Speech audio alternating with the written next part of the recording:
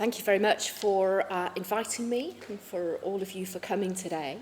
So I'm a blood doctor by background and I work in the lysosomal storage disorders unit in this hospital. And Gaucher disease is a lysosomal storage disorder. So every cell in your body is like a little house of its own. And within its little house, it has a recycling unit, just like you might do in the kitchen. And the recycling unit is responsible for breaking down the waste products and allowing the body to use them again so that they're not wasted. So it's like a little washing machine, a little recycling unit. And it uses enzymes. So just like you put washing powder into your washing machine to clean them, the lysosome uses enzymes. And it uses them to break down the waste materials. And for every different waste material, there's a different enzyme that would normally break it down. So this is a picture of what your cells in the body look like. And all of these are different little houses, different things that go on in there. So these are called organelles. And one of the organelles is responsible, for example, for making protein, which are the building blocks of everything else in the body. But these here, these are the lysosomes, and these are these little recycling units. Now, if one of those enzymes is missing, then instead of breaking down the waste materials in the body, they accumulate. And that's called a lysosomal storage disorder. So imagine this was your kitchen, or one of the cells in the body, and you're missing the enzymes, then the storage material accumulates. I'll show you again. And it spills over outside of the cells, and thereby creates complete havoc with different systems in the body. So Gaucher disease is one of these lysosomal storage disorders. And in fact, there are about 50 different enzymes which potentially could be missing. And that means there are about 50 different disorders. And one of the things that really fascinates me is that they're all very different. A lot of them affect children. A lot of them affect the brain. But every single one of them is different. And these are just some of the disorders that I treat. This one's called Fabry. This one's a picture of somebody's hips from somebody with Gaucher, but there are others, many other different disorders. But the one that we're interested in today is Gaucher disease. Now this looks like chemical gobbledygook, but what it is to tell you is that the enzyme which is missing in Gaucher would normally break down this molecule, and this is a sugar and a fatty molecule. Now, you'll have heard of ceramide, because ceramide is something that is frequently advertised with hair products and beauty products. You know, they say ceramide, get better hair, ceramide in creams for the skin. So ceramide is actually something which the body makes, and it's linked to sugars.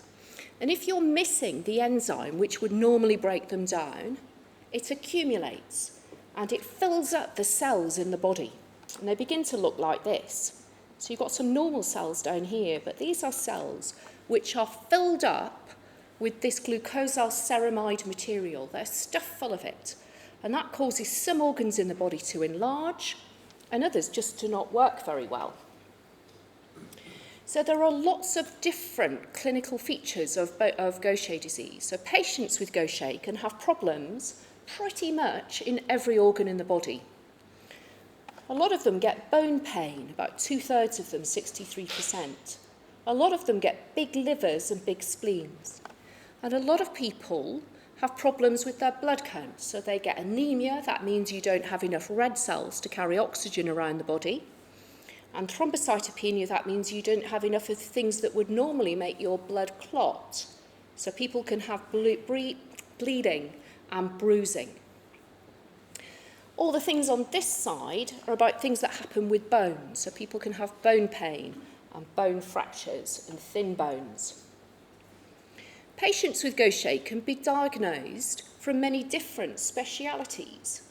So a lot of them can because they've got abdominal symptoms. They've got pain in the abdomen because of a big liver and a big spleen, because they're full of all of this storage material. Some come to our clinic because they have bleeding, because the blood doesn't clot, because those thrombocytes are very low.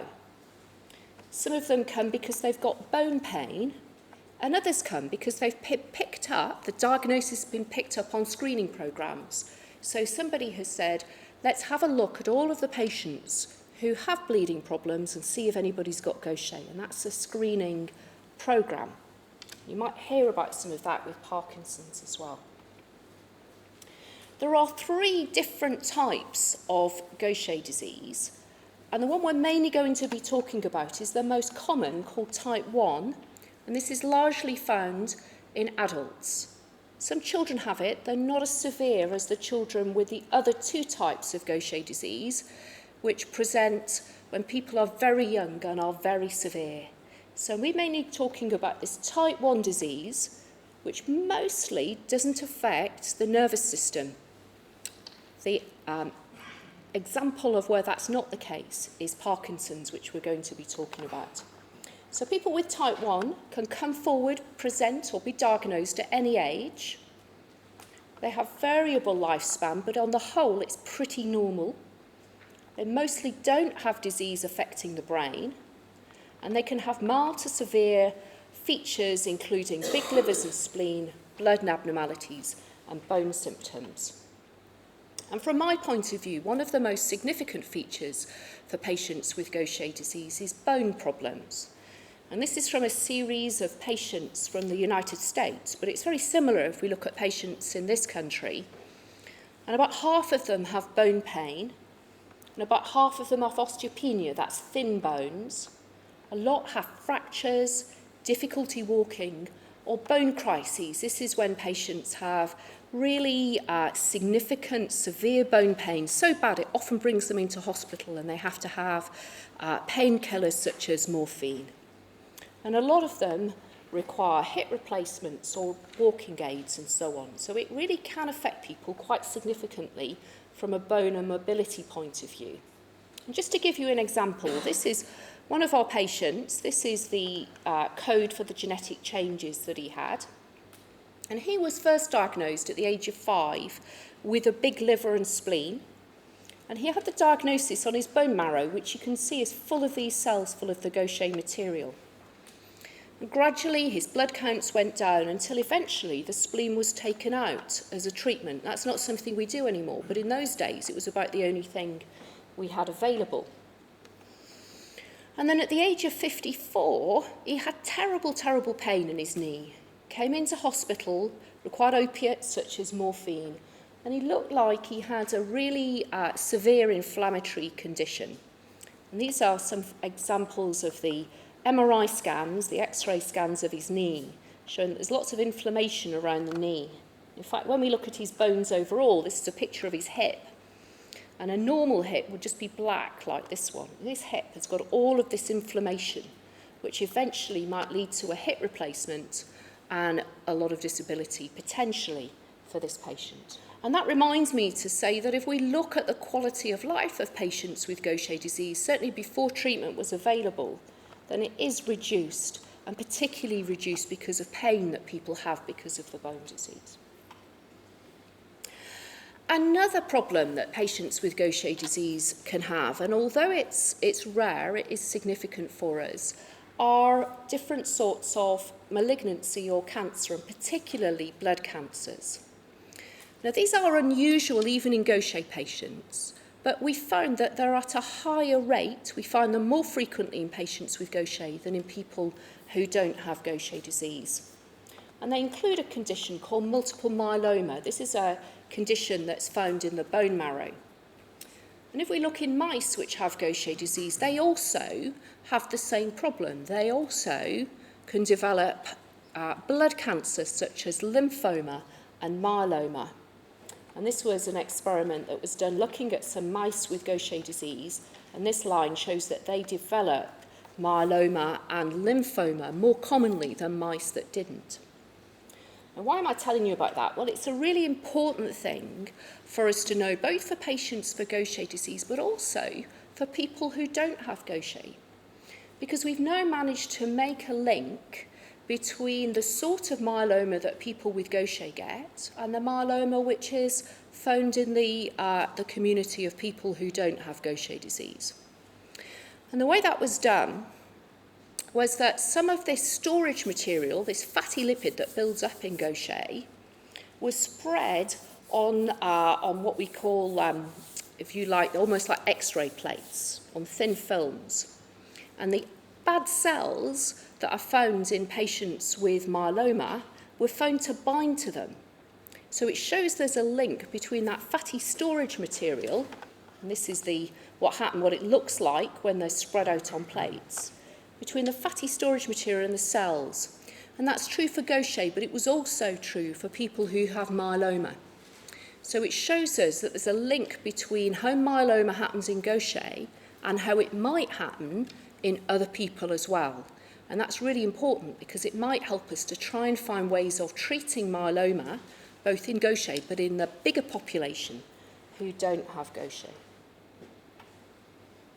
Another link between Gaucher disease and more common conditions is with Parkinson's disease. And this was a study that was done, it was done out of the United States, but it looked at all of the studies around the world which had tried to link Gaucher disease with Parkinson's.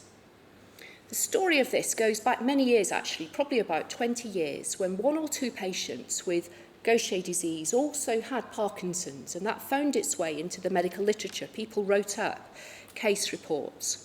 And that brought it to the attention of people working in lysosomal storage disorders units or Gaucher units like myself. And people started to look to say, well, actually, is Gaucher disease more frequently associated with Parkinson's? And do relatives of people with Gaucher disease more frequently encounter Parkinson's disease? This study pulled all of those together and found that there's over a 4 times higher incidence of Parkinson's in relatives of people who have Gaucher disease, or people who are carriers. I think that's what you're going to hear about for much of the rest of the afternoon. So although Gaucher disease is a devastating condition for people with this reduced enzyme activity and all of the complications, the good news is that there are treatments available and they are incredibly effective. It's been a real positive success story for research participation in this country and around the world, and for the development of new drugs which can treat Gaucher disease. And the rationale for that is that we replace the enzyme activity. So that enzyme which is missing can be replaced in people. And that will break down the material which has been building up and reverse some of those problems. So it will shrink the spleen, it will shrink the liver, it will help the bone disease, and it will improve the blood count, so people are no longer anemic and don't have the bleeding problems. So it's actually been hugely beneficial. The most common treatment that we give is infusion of the missing enzyme, and it's given every 2 weeks into the vein, but it's done at home. We give 1 infusion in the hospital and the rest of them are done at home. But you can see, over the last 30 years since that treatment's been available, a number of other new treatments have also been discovered. So we give enzyme replacement, that's intravenous, but we also have some new treatments which are oral. They're called substrate reduction therapy. And instead of breaking down the storage material, it prevents them from being built up by taking a tablet. So a lot of our patients are now on tablet treatments. And we've also got a number of new enzymes which are also available, so there's a lot of choice. As we move forward, we're starting gene therapy trials in a lot of our storage disorders, and Gaucher will be one of those.